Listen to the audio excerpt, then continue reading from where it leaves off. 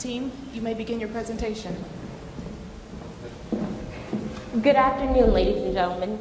My name is Kaylin Ruth, and we are High Definition Consultants.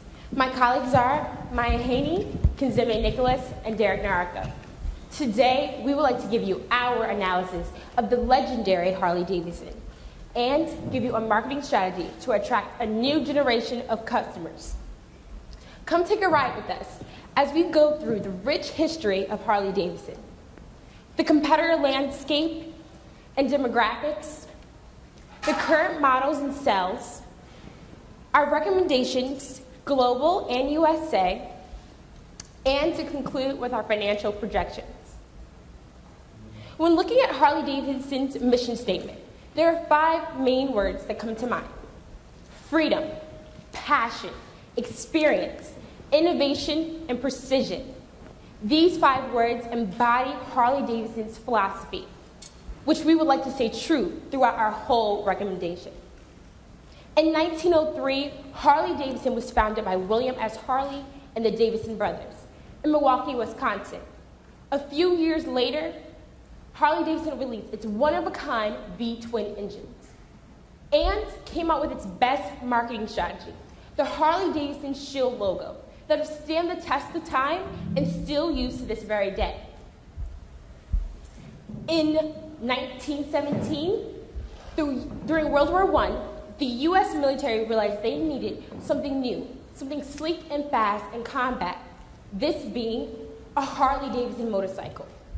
In 1920, Harley-Davidson was the world's largest motorcycle manufacturer, being one in 2 motorcycle manufacturers to survive during the Great Depression.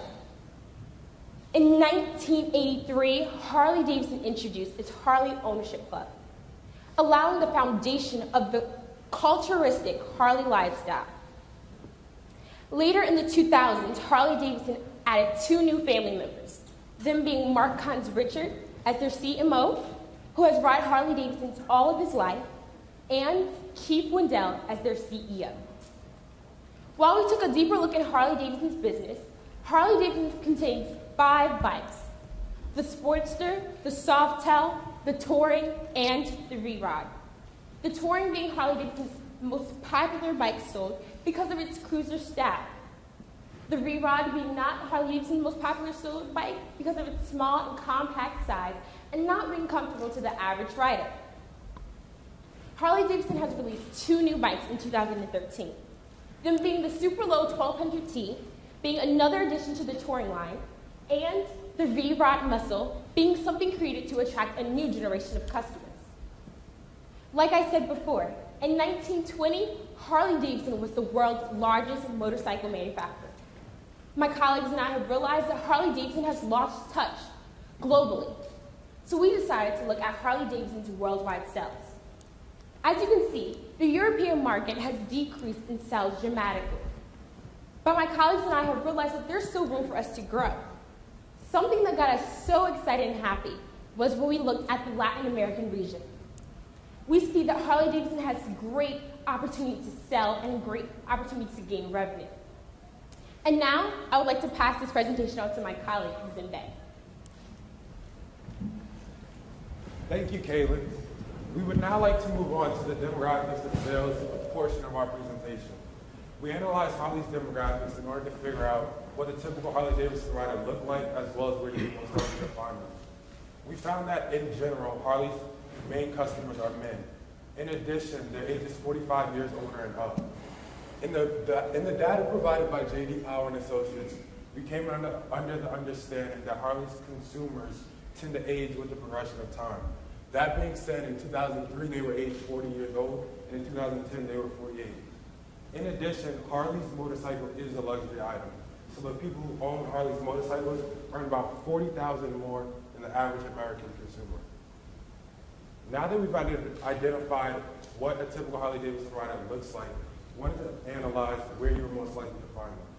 We found that the top 6 places were not only very large states, but states with very large cities. In addition, the top 3 states, California, Florida, and Texas, were all places you could ride motorcycles comfortably because the seasonal temperature and climate allowed for it to be comfortable year long. Now that we've analyzed who rides motorcycles and where they ride motorcycles, we want to take a look at why more people don't ride motorcycles. Safety is the #1 reason that turns off potential motorbike customers. Just looking at these statistics, they are very alarming. You're 35 times more likely to experience a mortality on the road if you're a motorcyclist than if you are a passenger in a car. In addition, you're 40% likely to have a greater chance of facing mortality if you don't have a helmet on. And the statistic that stood out most to us was the fact that if you're driving on a motorcycle, most motorcyclists go unseen. And because of that, when a car makes a left turn and strikes that motorcyclist, accidents like those account for 42% of all motorbike accidents. So we know that we definitely address safety in our recommendations. However, through our research, we understand that Harley is an iconic brand because of its defined culture and lifestyle. And that culture now includes clubs such as the Military and Veteran Leaders Club. In addition, you have your museum, which sponsors events every Thursday night and maintains the history of Harley-Davidson. You, of course, have your factory and authorized stores, which allow you to ride with other enthusiastic riders. And definitely last, but definitely not least, your bike festivals, such as the Sturgis, which occurs in South Dakota. The Sturgis attracts over 400,000 consumers, and we featured it in this background because we see so much potential in this image. If we could get every one of these 400,000 people to bring a companion, ideally one of their college-age children, it would not only grow the company tremendously, but further its sustainability efforts. Now that we've looked at what Harley does as a company, let's take a look at the marketplace. In 2013, Honda led all global competitors with 9.5 million units sold. Harley lagged way behind, as you can see, with about 260,000 units sold. Harley actually isn't even in 4th place. We included it on this chart just as a comparison. So in our recommendations, we not only want to move Harley onto the top 3, but as the #1 unit seller of motorbikes. While we were stunned by this data, we decided to take it a step further and look at exactly what motorbikes sell well on the marketplace. We found that the top 2 featured bikes in 2014, Kawasaki and Honda, not only have very low prices, an average of $6,000, whereas Harley's bikes are an average of $18,000, almost 12 to 13,000 more than the average Harley-Davidson. In addition, Harley's bikes are out technology advanced, such as your cooling system and your fuel type. And as you can see by the pictures, Harley's motorcycle is a lot less sportier and modern than the other competitors. Now that we've analyzed who Harley markets to and what their marketing strategy is, let's try to figure out what countries we might want to take our further recommendations to. We kept 2 things in mind. The population was the first one. And looking at the population by country, the top 4 countries jumped right off the page. China, India, Brazil, and the USA. The second category that we kept in mind was established bike markets and bikes on the road. The other 2 countries that jumped out were Spain and Italy. We chose not to go to Japan because it's already controlled by Kawasaki, Yamaha, Suzuki, and we chose not to go into Germany because it's dominated by the BMW motorcycle. And so now that we've chosen our potential countries to take our future recommendations, we need to figure out a future age demographic. We put a lot of things into consideration in order to figure out our future age demographic. These included the graduating age in our international marketplaces, the retirement age, the middle age, the age at which you can earn an income, and the age at which you can start riding a motorbike. Putting all of these data points together, we came up with the age range of 17 through 32. We believe that 17 through 32 is the perfect age range because you're not only independent, responsible, and earning an income, but you're just before middle age of 32, and so therefore, you don't have a family, you don't have children. And so all this data that we compiled and this information is featured in our SWOT analysis, analyzing the strengths that Harley-Davidson has. Harley-Davidson has deep roots in American history. As my colleague already mentioned, it's been in America since 1903, so it's been in America for over 100 years. In addition, it has a defined lifestyle and culture, which attracts its current customers, and which we believe by expanding, we can attract our newer, younger demographic. It has some weaknesses, however, which include the fact that it does not attract the younger demographic well, its bikes are a lot more expensive, and it does not do well on the international marketplace. Some of the threats that we see are the fact that the competitors already attract our younger demographic, and the safety stigma that I already mentioned that we definitely have to address in our recommendations. Now I'd like to pass it on to my colleague Maya Haney for our recommendations. Thank you, Kazembe. Harley-Davidson is currently an established company in the United States, but as my colleague presented, it was the smallest bar on the chart in comparison to its competitors. And we believe Harley-Davidson has plenty of room to grow in the United States as well as internationally.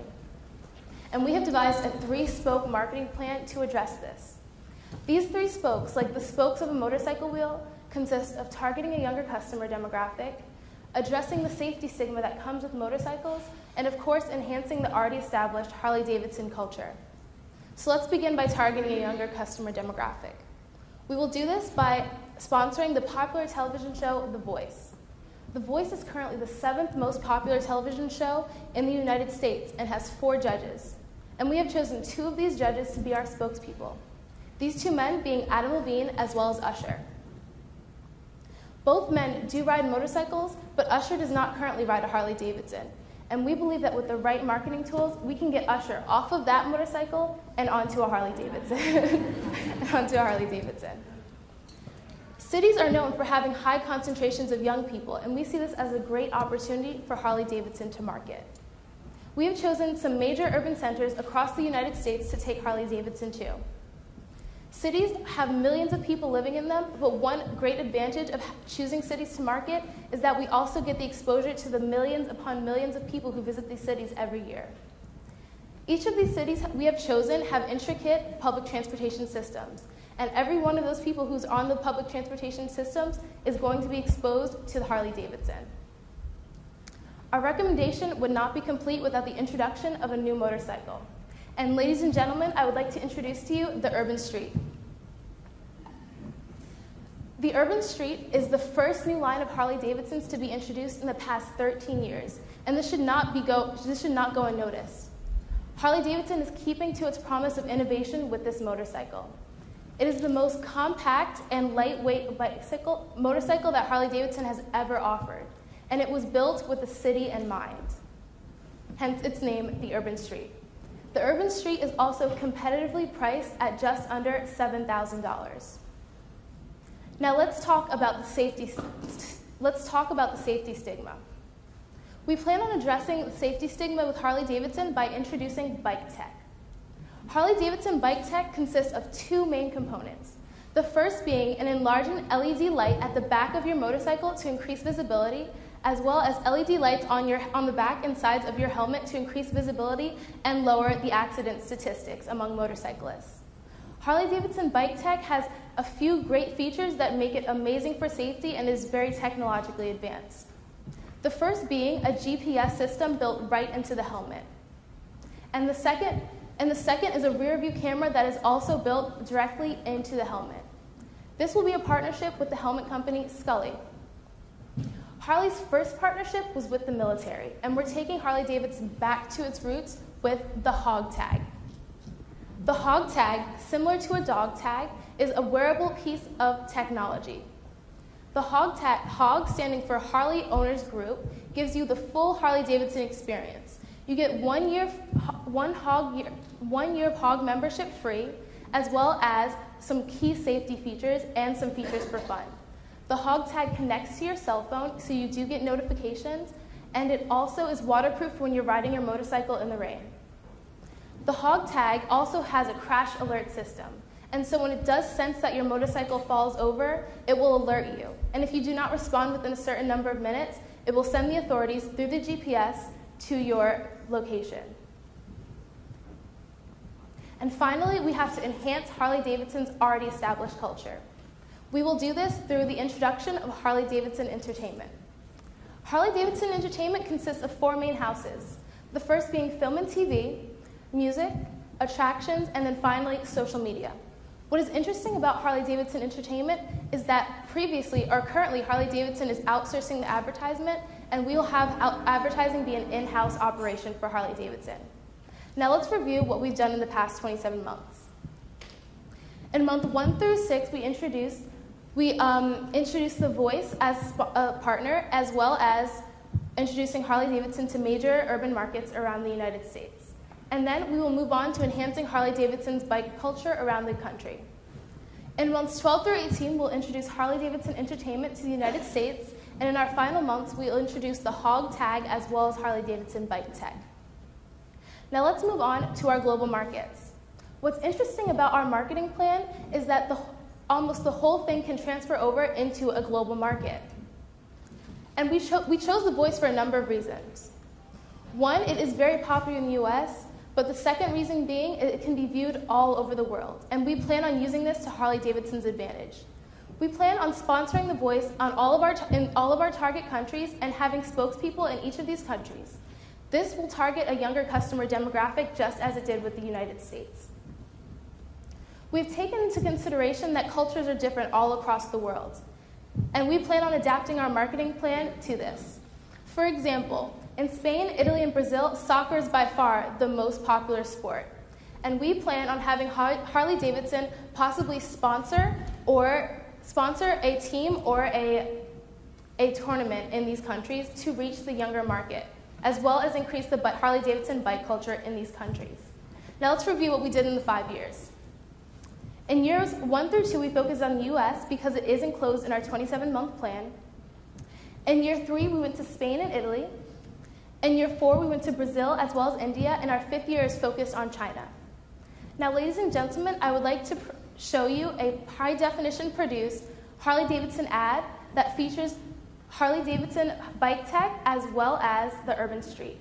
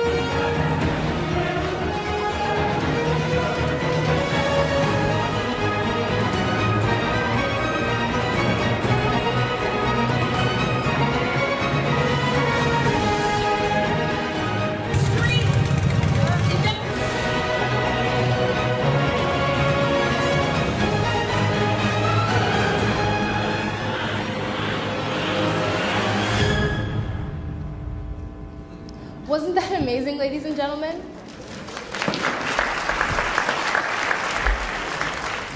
I would now like to pass the presentation on to my colleague Derek Nyarko, who will be reviewing the financials. Thank you, Maya, for the introduction. My team and I, High Definition Consultants, did a lot of research on Harley-Davidson Motor Company and collected a lot of data on the motorcycle marketplace in the United States and globally. And then afterwards, we presented you with what we believe is the most effective 5-year plan for Harley-Davidson. But with this plan comes financials. Because without financials, you won't know how much you're going to be earning or how much you're going to be spending with your plan. You don't need to pull out a calculator because we did all the math for you, so let's get to the financials. The first slide I have up for you guys is a recap of Harley-Davidson's costs and earnings for the first year of our United States plan. This plan is in 2015. My colleague Maya addressed to you guys 3 spokes of our marketing plan. The first spoke being attracting a younger demographic, the second spoke being addressing the safety aspect of motorcycles, and the last but not least being enhancing Harley-Davidson's current bike culture. On the left, you have the projected revenue and sales in units for Harley-Davidsons, and on the right, you have the projected cost for 2015. On the next slide, what we have is the same as previous, but for 2017. Note, 2017 is the first year of our global plan. In that year, we plan to go into Spain and Italy, followed up in the latter years by Brazil, India, and China. Once again, we have the three spokes of our marketing plan, and on the left, we have the projected revenue, and on the right, we have the projected cost for all these three spokes. Now, I've given you a lot of basic numbers. Let's get to some hard data. Up here, I have a chart with two colors. On the left, in black, you have Harley-Davidson's previous unit sales, and on the right, you have in red Harley-Davidson's projected unit sales through 2019. And then the next slide, what we have is the same slide, but instead of on the right being in red, it's in blue. These numbers in blue are the projected unit sales for Harley-Davidson with high-definition consulting assistance. Note, by 2019, we project to be selling 400,000 bikes. That's 80,000 more than what we believe Harley-Davidson is currently on track for. Now, where are we getting these numbers? On the next slide, we have an income statement for Harley-Davidson. Once again, it's black and red. On the left, you have Harley-Davidson's previous numbers, and on the right, you have the projected numbers for Harley-Davidson through 2019. And then on the next slide, another black and blue slide, black and blue chart. What we have up here is the Harley-Davidson projected total revenue through 2019. Note, by 2019, we predict Harley-Davidson to be earning $9.2 billion. We believe that's a modest amount and reasonable amount of money for Harley-Davidson to additionally add on to what we project of being $7.6 billion in 2019. This chart has a lot of numbers on it, but there's some things I want to highlight and make visual for you guys. On the left, I have a side-by-side comparison bar graph with Harley-Davidson's United States unit sales through 2019. Once again, note, by 2019, we believe we can get Harley-Davidson to sell 250,000 bikes in the United States only. Note, that's how many bikes Harley-Davidson sold globally in 2013, and we believe Harley-Davidson has a lot of room to grow. On the right, we have a total revenue comparison line graph with Harley-Davidson BAU on the bottom and Harley-Davidson with high-definition consulting on top in the red color. In conclusion, we've given you a lot of numbers and we've given you a lot of information for our plan. The key objective for this plan was for Harley-Davidson to attract a new demographic, and we decided that new demographic would be a younger demographic. Also, to recap, we believe that it would be best for Harley-Davidson to go into Spain and Italy, Brazil and India, and last but not least, China. Thank you for listening to our presentation. We hope you decide to choose high-definition consulting for the next 5 years. Now we'll entertain any questions.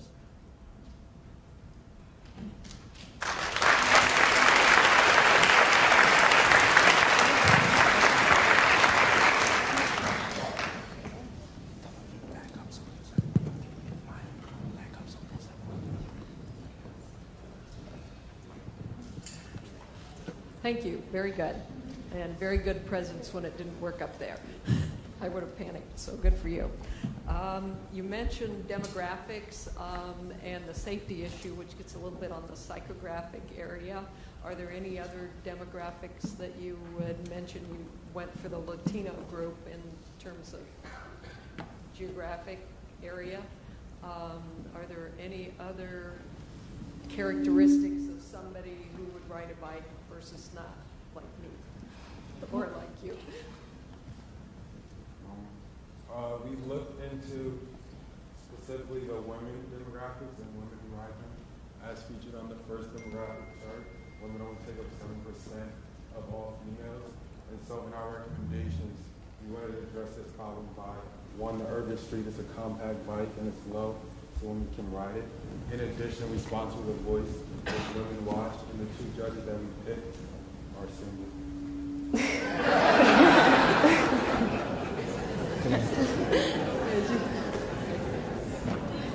You talked quite a bit about the Urban Street product, and when you look at your growth expansion plans, it seems like you've got pretty aggressive growth both domestically and internationally. Is that growth predicated solely on the Urban Street product, or do you see, with your marketing plan, the ability to pull through all product lines as part of that growth plan? Well, we do plan. The Urban Street is just how we're getting our foot in the door with Harley-Davidson around the world. Harley-Davidson features a number of different parts of its company, such as a clothing line, and we also are introducing Harley-Davidson Entertainment into this entity. And we do believe that the growth that you see here includes all of these different factors. Yes. Thank you for the presentation. Very helpful. I'm just, you talked a lot about the Urban Street and entertainment area. Talk a little bit about how that aligns with the current iconic culture and lifestyle brand that it currently has that seems slightly disconnected to an Urban Street. We chose to market the Urban Street to a younger demographic, and if I understand your question, you're asking how the younger demographic will accept our bike, or how we plan on marketing it using the entertainment. No, what I'm asking is how you would integrate the Urban Street. Right now, Harleysville is not an urban brand, right? So how you integrate the Urban Street product with the overall Harleysville brand right now that is different. Yeah, the Urban Street bike was designed as something that's both classic and cool. And so it was designed by the company, and they already have the intention of doing that. We plan on using it in the urban centers, as we mentioned. In addition, Harley does have a TV program already called the Sons of Anarchy that they do not control. And so the entertainment division brings that under Harley-Davidson's control, and then we can use that to market to a younger demographic. Because we're going in a new direction, we're not necessarily focused on integrating it into Harley's past. We're trying to go forward. You talked a little bit about the entertainment division and the fact that currently today it is outsourced. If you think about Harley-Davidson's core competencies are pretty much a manufacturing company. How does a company like Harley-Davidson get into the entertainment business from an in-source perspective? When we say Harley-Davidson Entertainment, it does have 4 key features, and entertainment does not necessarily mean the traditional entertainment. So, for example, one part of the entertainment entity of Harley-Davidson was the social media as well as attractions. So we plan on using the attractions section by partnering with the company Six Flags, who has major theme parks around the country, to sustain Harley-Davidson in the future by introducing them to a younger demographic through that sense. And the same thing with social media. We believe that a lot of our younger demographic uses social media a lot, and we believe Harley-Davidson can grow in that sense. So, yeah. Good. So, yeah. You did mention Honda, Kawasaki, Suzuki, etc. One of the issues with a strategy is, okay, you have a neat strategy like it, you've covered pretty much the 4 Ps, maybe not distribution as much. What do you think the competition's going to do in reaction to you getting the Voice or something else, for example? How do you think the competition will react, and how do you prepare to deal with that?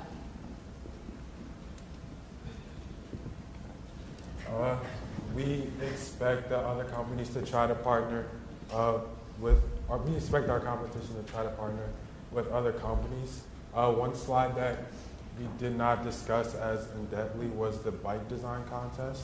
And so in that contest, it serves 3 purposes, and basically it not only gets the younger demographic to design the bike that they actually want to see on the road, it also markets the brand to that younger demographic when they're designing it.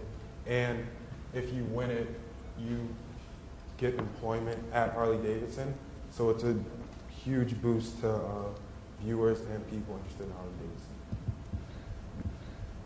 Also, to add on to what my colleague says, Harley-Davidson has just also released a demo of an all-electric bike, which allows Harley-Davidson to go 10 steps further than their competitor, already going to a different league by being the first Harley-Davidson all-electric bike.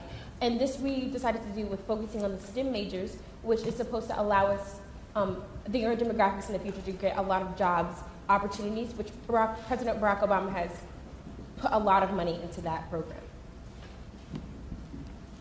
In terms of your international expansion plan, you laid out a phasing of countries. The only question I had around that was really around some of the countries with low per capita income, such as India and China. How do you think Harley's positioning will play into those countries, given the premium pricing of that product? Well, the Urban Street bike was made for India in mind. So with that being said, Harley-Davidson priced the Urban Street around the people that can afford it, like India with their per capita and China. So this allows them to set up a way for them to purchase a bike that would be great for everyone to afford and enjoy a Harley-Davidson motorcycle. And to add on to what my colleague said, the countries that we did choose do have growing middle classes, and in these countries, the middle class can afford this motorcycle. And my question is, you've picked kind of advertising and sponsorships as a marketing tool, and you already had marketing dedicated to some other products. And so I'm just curious whether it pays for itself. Those are, you quote a price of about $200 million for some of those sponsorships. So can you talk a little bit about the revenue proposition and why you put it on marketing as opposed to strengthening the product, for example? Well, we put the Harley-Davidson Entertainment in part of the marketing, in encompassing the marketing entity, because Harley-Davidson currently has a marketing budget, and just for your reference, Harley-Davidson marketing budget's approximately $90 million for 2013. So we believe that with Harley-Davidson saved up money and previous sales from last year and other years, they can add in money from then to grow the marketing aspect of Harley-Davidson to cover Harley-Davidson Entertainment.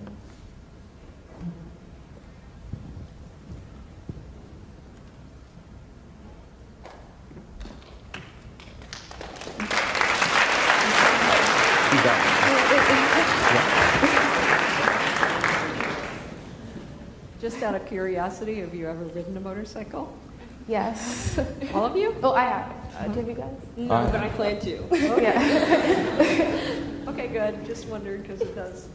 And did you feel that helped you? You two, did you feel that helped you with this case? And you two, because the answer could be either way, and there could be positives and negatives to either side. So I'd like to hear from all four of you about what you thought about being in a consulting position where you'd never used the product and you had. Well, me personally, going to the Harley-Davidson store, getting a feel of the motorcycles, understanding their culture, their lifestyle, understanding their history, it kind of really made me think, wow, when I get older, I'm going to get a motorcycle. My mom's going to have to get on the ride with me, and we're going to have to enjoy the wind just flowing through our hair, just having fun. So that's what I really thought when I was looking at Harley-Davidson and getting to know Harley-Davidson. When looking back on the times I've ridden motorcycles with my grandfather, he does actually own a Harley-Davidson. I think about when riding, I think about what this company embodies and what he feels when he rides his Harley-Davidson, and that helped us tremendously when coming up with this case. And for me personally, I have some close friends that own a competitor's bike, not to be named, so I had to relate to Harley-Davidson, which is on the other side. And for me, when we first started this case, I really saw nothing wrong with Harley-Davidson and was really not interested in it. But as of now, every motorcycle I see, I kind of look to see exactly what bike it is. Thank you. Thank you.